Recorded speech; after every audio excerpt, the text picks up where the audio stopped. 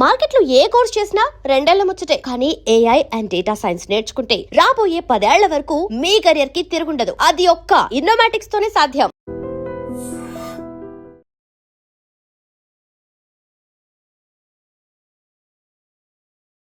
Hi, welcome to I dream sports.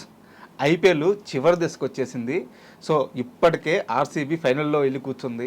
RCB fans అందరు కూడా caller ఎగరేస్తున్నారు. ఇది మా కోహ్లీ సత్తా, ఇది మా పటిదార్ సత్తా, ఇది మా ఆర్సీబీ సత్తా అని చెప్పి చాలా ఆనందపడుతున్నారు. అయితే ఇంకా కాస్త గేమ్ మిగిలింది. ఎస్ఆర్హెచ్ ఆర్ఆర్ ఈరోజు మ్యాచ్ ఆడాల్సి ఉంది. సో అక్కడి నుంచి మళ్ళీ గెలిచిన జట్టు గుజరాత్తో మ్యాచ్ ఆడాలి. సో ఇంకా చాలా మిగిలింది, చాలా క్రికెట్ మిగిలింది. అయితే ఈ నేపథ్యంలో ఐపీఎల్ అసలు ఏం జరుగుతుంది, ఏ జట్లు ఫైనల్లో తలబడబోతున్నాయి, అసలు నిన్న గుజరాత్ ఒక్కసారిగా అంతగా చితకలపడడానికి కారణం ఏంటి, ఇలాంటి అన్ని విషయాలను తెలియజేయడానికి స్పోర్ట్స్ అనలిస్ట్ రామచంద్ర గారు ఈరోజు మనతో ఉన్నారు. వారిని అడిగి మరిన్ని విషయాలు తెలుసుకుందాం. Hi sir. నమస్తే. నమస్తే అండి. సార్, గుజరాత్ ఫస్ట్ అంటే సిరీస్ మొత్తం కూడా, ఈ సీజన్ మొత్తం కూడా గుజరాత్ చాలా బలంగా కనిపించింది. కానీ మొదటి నుంచి మీరు చెప్తున్నది ఏంటంటే గుజరాత్ బలంగా లేదు, గుజరాత్ ప్లాన్స్ బలంగా ఉన్నాయి. వాళ్ళు హోమ్ పిచ్ మీద కొంచెం పిచ్ని కొంచెం బౌలింగ్ అనుకూలంగా పెట్టుకొని వాళ్ళు ఒక ప్లాన్తో ముందుకెళ్తున్నారు. ఏదో ఒకరు దొరికేస్తారని చెప్పి మీరు ముందు నుంచి చెప్తా వచ్చారు. నేను ఎగ్జాక్ట్గా అదే జరిగింది. గత ఇంటర్వ్యూలో కూడా మనం అనుకున్నాం సార్. యాక్చువల్గా నెహ్రా కానీ కెప్టెన్ గిల్లు వేసే వ్యూహాలు మిగతా అన్ని టీంల కంటే బాగుంటాయి. ఇప్పుడు వాళ్ళ సొంత గ్రౌండ్లో అంటే బౌలింగ్ బాగుంది కాబట్టి ఆ వ్యూహాలు తగ్గట్టుకు వెళ్ళారు. కాబట్టి గత అహ్మదాబాద్లో నాలుగు మ్యాచ్లు ఆడితే 4 మంచి టేబుల్ టాపర్గా ఉన్నప్పటికీ పంజాబ్ని కానీ ఆర్సీబీని కానీ ఎందుకు మన హైదరాబాద్ ఎస్ఆర్హెచ్ని కూడా 8-6 కాల్అవుట్ చేశారు. సో అంటే అన్బీటన్ సైడ్ ఉంది, అందరూ బాగుందన్నారు. కానీ ఆ లోపాలు ఏంటంటే వాళ్ళు హోమ్ అడ్వాంటేజ్ బౌలింగ్ తీసుకోవడం వల్ల జరిగింది. కానీ బయటకు వచ్చిన లాస్ట్ 2 మ్యాచ్లు చూడండి మీరు. కోల్కతా మీద ఆడారు 247 హైయెస్ట్ కొట్టించారు. రబాడా 4 ఓవర్స్కి 50. నిన్న మ్యాచ్ చూడండి 4 ఓవర్స్కి 50 అబోవ్. అంటే వాళ్ళు అక్కడ వేసిన bowling hard length test ball match లాగా నిన్న చేశారు. వర్కౌట్ అవ్వలేదు. బ్యాట్ మీదకి వచ్చేస్తుంది. దాన్ని బట్టి మనం గత ఇంటర్వ్యూలో కూడా మనం అనాలిసిస్ చేసాం. జీటీ ఫైనల్కి రావడానికి చాలా కష్టంగా ఉందనేది మనకి దీన్ని బట్టి అర్థం అవుతుంది. అంటే ఎలాగో జీటీకి ఇంకో ఛాన్స్ ఉంది. సో ఈరోజు ఎస్ఆర్హెచ్ ఆర్ఆర్ గెలిచిన జట్టుతో జీటీ మ్యాచ్ ఆడద్దు. అయితే జీటీ విషయానికే వస్తే ఆ బ్యాటింగ్ వాళ్ళ ఆర్డర్ చూసుకుంటే ఇది ప్రపంచంలో ఐపీఎల్ చూసే ప్రతి ఒక్కరు ఓపెన్గా చెప్పే మాట. మన గుజరాత్ జట్టులో ఫస్ట్ 3 తెప్పించి మిగతా ఎవరు బ్యాటింగ్ సరిగ్గా ఆడట్లేదు. నిన్న కూడా అదే జరిగింది. తివాటియా కానీ హాఫ్ సెంచరీ చేయకపోతే చాలా దారుణంగా ఓడిపోయేది ఇంకా. సో అసలు గుజరాత్కి ఇంకో ఛాన్స్ ఉంది కాబట్టి ఆ బ్యాటింగ్ లైన్ ఇది కరెక్టేనా, మార్చుకోవాల్సింది ఏమన్నా ఉందా, ఫిలిప్స్ని ఏమన్నా ఆర్డర్లోకి తెచ్చుకోవాల్సిన అవసరం ఉందా? ఖచ్చితంగా. ఎందుకంటే ఇప్పుడు టాప్ 3 మీద ఇప్పుడున్న ఆర్ఎంజీ క్యాప్ రేస్లో కూడా సాయి దర్శన్, సుభర్ణ గిల్ ఉన్నారు. ఇప్పుడు కూడా లాంగ్ టోర్నీలో మనం కూడా మాట్లాడుకున్న విషయాలు ఏంటంటే డక్కాముక్కి తినాలి. అంటే మధ్యలో మ్యాచ్ అందరూ బ్యాటింగ్ పర్ఫార్మెన్స్ కూడా చూడాలి. వీళ్ళు ఇప్పుడు దాకా ఎలా సర్వ్ అయ్యారంటే టాప్ 3 సర్వ్ అయ్యారు. సో మిడిల్ ఆర్డర్ రాగానే నేను చూస్తే మీకు అర్థం అవుతుంటుంది. త్రివాట లేకపోతే మీరు అన్నట్టు దగ్గర 100కి ఆల్అవుట్ అయ్యేది. ఎప్పుడైతే ఈ లోట్లు పాటలు సరి చేసుకుని వెళ్తారో లైక్ మన ఎస్ఆర్హెచ్ లాగా, అప్పుడు బ్యాటింగ్ కానీ అన్ని 2 భాగాలు స్ట్రాంగ్ ఉండేదానికి అవకాశం ఉంటుంది. జీటీ ఏంటంటే అందరికి తెలిసిన విషయమే, బౌలింగ్లో మాత్రమే స్ట్రాంగ్ ఉంది, బ్యాటింగ్లో తేలిపోతుంది. సెకండ్ ప్లే ఆఫ్ కూడా చండీగఢ్లో జరుగుతుంది. సో అక్కడ కూడా కష్టం అని నేను అనుకుంటున్నాను. ఓకే, అంటే మీరు మొదటి నుంచి చెప్తానే ఉన్నారు గుజరాత్ అయితే ఎట్టి పరిస్థితుల్లో ఫైనల్కి రాదు అని చెప్పి మీరు చెప్తానే ఉన్నారు. మీరు ఇదివరకు ఒక మాట చెప్పారు, మీరు చూస్తానండి ఫైనల్ మాత్రం ఎస్ఆర్హెచ్ ఆర్సీబీ మధ్య జరగబోతుంది అని చెప్పేసి. అవును. సో ఈ రోజు రాజస్థాన్ రాయల్స్తో ఎస్ఆర్హెచ్ తలపడబోతుంది. సో ఈ మ్యాచ్ సినారియో ఎలా ఉండబోతుంది, మీ ప్రొటెక్షన్ ఏంటి? ఈ మ్యాచ్కి వచ్చేసరికి ఎస్ఆర్హెచ్ హోమ్ గ్రౌండ్లో ఆర్ఆర్ మీద గెలిచింది. ఆ రోజు 3 ఓవర్లకే 5 వికెట్లు తీసి బెంబేలు. ఆ తర్వాత ఆర్ఆర్ హోమ్ గ్రౌండ్కి వెళ్ళి అక్కడ ఎస్ఆర్హెచ్ ఆర్ఆర్ మీద అద్భుతమైన విజయం సాధించింది.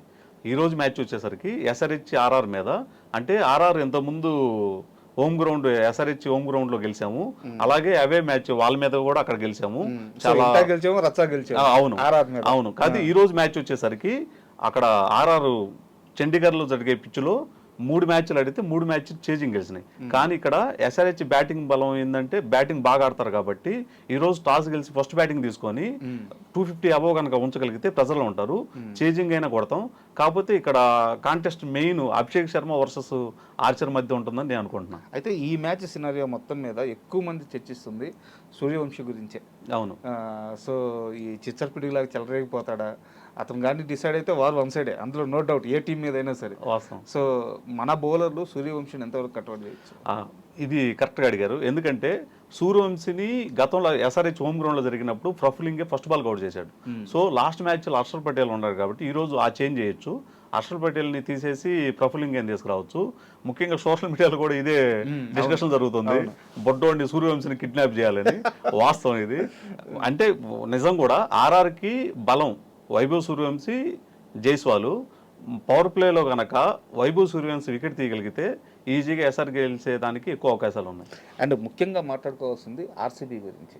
అండ్ లాస్ట్ సీజన్లో వాళ్ళు కప్పు కొట్టారు, ఈ సీజన్లో ఆల్రెడీ ఫైనల్లోకి వెళ్ళి కూర్చొని ఉన్నారు. ఆర్సీబీ ఇది వరకు ఆర్సీబీ కాదు, యాజ్ ఏ టీమ్గా అంటే ప్రతి ఒక్కరు బాధ్యత తీసుకుంటున్నారు. నిన్న చూడండి, కృణాల్ పాండే టాప్లో వచ్చాడు, జితేష్ శర్మ, డేవిడ్ వీళ్ళందరికంటే ముందు వచ్చాడు. ప్రొఫెషనల్ బ్యాటర్ కొట్టినట్టే అతను బౌండరీస్ కొట్టాడు.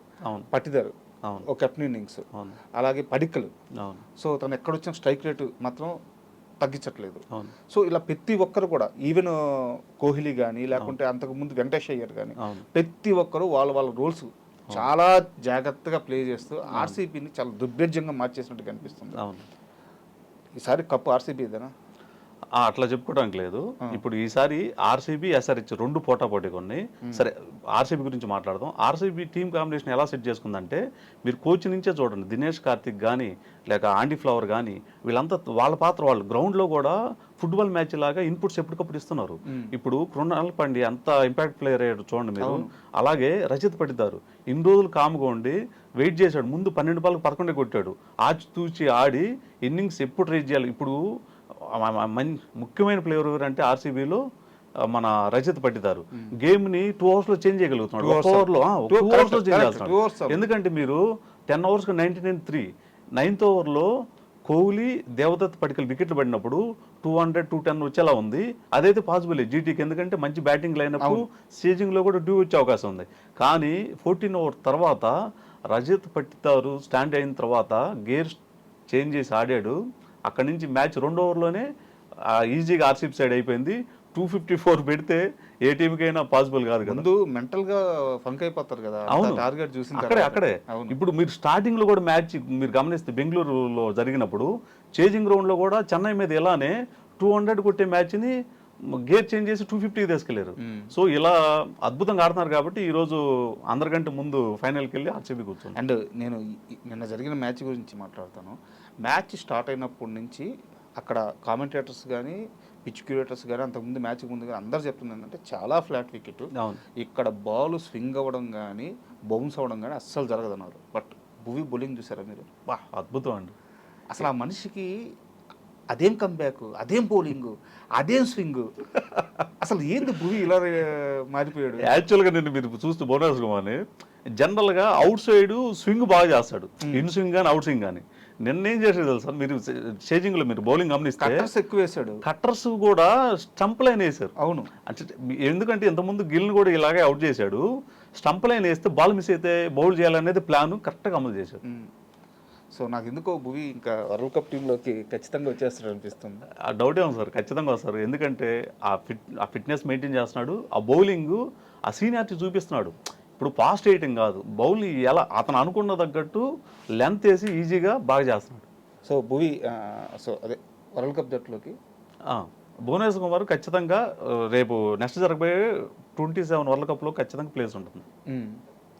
అండ్ ఎస్ఆర్హెచ్ ఛాన్సెస్ చెప్పండి. అంటే ఇప్పుడు మనం యాక్చువల్గా మనం ముందే అనుకుంటున్నాం ఎస్ఆర్హెచ్ ఆర్సీబీ ఫైనల్ ఆడబోతుంది అని మీరు ప్రిడిక్ట్ చేశారు, ఆర్సీబీలు కూర్చుంది. బట్ ఎస్ఆర్హెచ్కి పైకి అంతా చాలా బలంగా కనిపిస్తున్నా కానీ మనం ఈరోజు ఆర్ఆర్తో గెలవాలి, నెక్స్ట్ గుజరాత్తో గెలవాలి. మీరే ఇందాక అన్నారు ఇదే గుజరాత్ మీద మనం 100 కూడా కొట్టలేక ఆల్అౌట్ అయ్యాం. సరే, పిచ్చు కండిషన్స్ వేరైనా సరే ఖచ్చితంగా గుజరాత్ బౌలింగ్ మాత్రం చాలా బాగుంది, అది ఒప్పుకొని తీరాల్సిందే.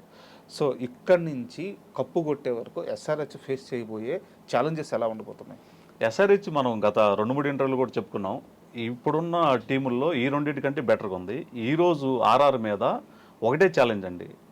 ఆర్ఆర్ తరపున వైభవ్ సూర్యవంశిని అవుట్ చేయగలిగితే ఈజీగా ప్లేలోకి వస్తారు. ఒకవేళ ఫస్ట్ బ్యాటింగ్ చేసిన అభిషేక్ శర్మ, జోప్రాయచర్ బౌలింగ్ ఒక 2 ఓవర్లు కొంచెం చూసి కనుక ఆడగలిగితే మ్యాచ్ పవర్ ప్లేలోనే 1 సైడ్ అయింది. ఈ రోజు జరిగే మ్యాచ్ అభిషేక్ శర్మ చూసి ఆడతాడు అసలు అంటే ఒక్క ఓవర్, ఎందుకంటే ఫేస్కి బీట్ అవ్వకుండా ఉంటే ఆ తర్వాత అభిషేక్ శర్మ హోమ్ గ్రౌండ్ ఈరోజు మాత్రం హై స్కోర్ రాబోతుంది.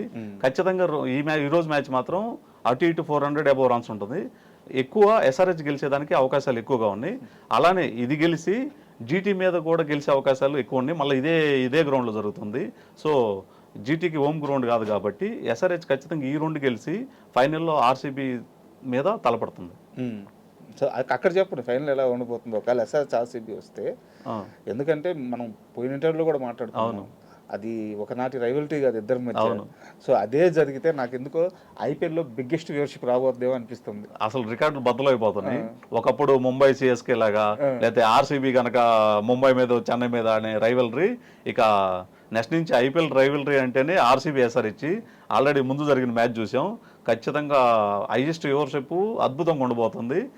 ఖచ్చితంగా ఎస్ఆర్హెచ్ ఆర్సీబీ నువ్వా నేను అన్నట్టుగా పోటీ పడిపోతుంది. అండ్ మరోవైపు మన ఎస్ఆర్హెచ్ ఫ్యాన్స్ అందరూ కూడా 10 years ఛాలెంజ్ యాక్సెప్టెడ్ అని చెప్పేసి ఆ మ్యాచ్ జరిగే సినారియోస్ కూడా ఏ జట్ల మధ్య జరగబోతున్నాయి, ఆర్డర్ కూడా సేమ్ 10 years బ్యాక్ ఎలా జరిగిందో అలాగే ఉంది. అవును, ఎగ్జాక్ట్లీ. 2016లో కూడా సేమ్ గుజరాత్ మీద ఆర్సీబీ గెలిచి ఫైనల్కి వెళ్ళింది. అప్పుడు ప్లే ఆఫ్ రేస్లో 4లో ఉండి ఎస్ఆర్హెచ్ గెలిచి 2 మ్యాచ్లు గెలిచి ఫైనల్కి వెళ్ళింది.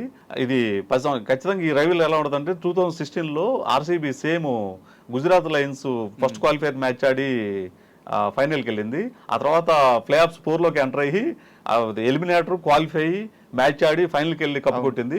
సో సినారియో ఎవరు కప్పు కొడతారనేది పక్కన పెడితే ఖచ్చితంగా ఈసారి కూడా అదే రిపీట్ అవుద్ది. సెంటిమెంట్ వైజ్ మాత్రం అలాగే కనపడుతుంది. వైబ్స్ కూడా అలాగే ఉన్నాయి. అండ్ ముఖ్యంగా యాక్చువల్గా ఎస్ఆర్హెచ్ మ్యాచ్ల గురించి మాట్లాడితే అందరు చెప్పేది ఏంటంటే చాలామందికి తెలిసింది, మన కిషన్ కానీ అభిషేక్ కానీ హెడ్ కానీ ఇట్లా వీళ్ళందరినీ ప్రైజ్ చేస్తూ ఉంటారు. బట్ ఎస్ఆర్హెచ్కి మిడిల్ ఆర్డర్లో క్లేస్ని అలా నిలబడిపోయాడు ఈ సీజన్లో. అవునండి, ఎందుకంటే మిడిల్ ఆర్డర్లో ఈ ఇయర్ చూస్తే ఈ సీజన్లో Klaasen plus Ishan Kishan 545 runs partnership చేశారు. అలాగే దాని తర్వాత Klaasen plus Nitish Kumar Reddy 454 runs వచ్చినాయి. అంటే ఈ 2 వీళ్ళు చేసిన పార్ట్నర్షిప్లే ఎస్ఆర్హెచ్ ఇంత దుర్భేదంగా ఇంత బాగా ఇదవటానికి కారణం. నేను అదే అంటుంది, ఎస్ఆర్హెచ్ స్టార్టింగ్లో 4 3 ఓడిపోయి బౌలింగ్ సరి చేసుకొని బ్యాటింగ్లో కూడా middle order Ishan Kishan Klaasen Nitish Kumar Reddy పేరు వల్ల ఈరోజు మంచి పొజిషన్లో ఉంది. అందువల్ల మిగతా టీంల కంటే ఎస్ఆర్హెచ్ స్ట్రాంగ్గా కనపడుతుంది. So thank you sir. ఎందుకంటే మిగిలిన ఇంకొక 3 మ్యాచ్లు గట్టిగా మాట్లాడితే మిగిలింది, కానీ చాలా ఎగ్జైట్మెంట్ ఇచ్చే మ్యాచ్లు. అవును. సో ఇంకా ఫైనల్ విషయానికి వస్తే మీరు అన్నట్టు ఎస్ఆర్హెచ్ ఆర్సీబీ కానీ వచ్చిందంటే అసలు ఇంకా వ్యూవర్షిప్ పగిలిపోద్ది, అది వేరే range.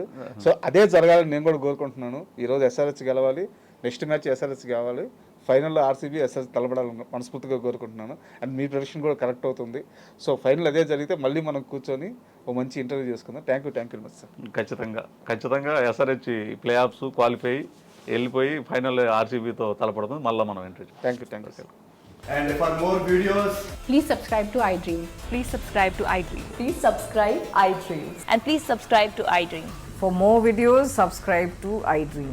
please like, share and subscribe to the channel. Congratulations, iDream. Subscribe to iDream. Subscribe to iDream. So subscribe to iDream Media. iDream ki iDream team andarki huge congratulations. Please subscribe iDream Media. Please subscribe to iDream. Subscribe iDream. Please subscribe to iDream. iDream అంటే నా కళల channel subscribe చేసుకున్న నోరు తిరుగుతలేదు, మీరైతే గంట గుర్తు కొట్టండి. For more such videos, please subscribe to iDream. Subscribe to iDream. Please subscribe to iDream. Please subscribe iDream Media. Please do subscribe to iDream. Please subscribe to iDream Media. For best entertainment and information, please subscribe iDream. And don't forget to subscribe to iDream.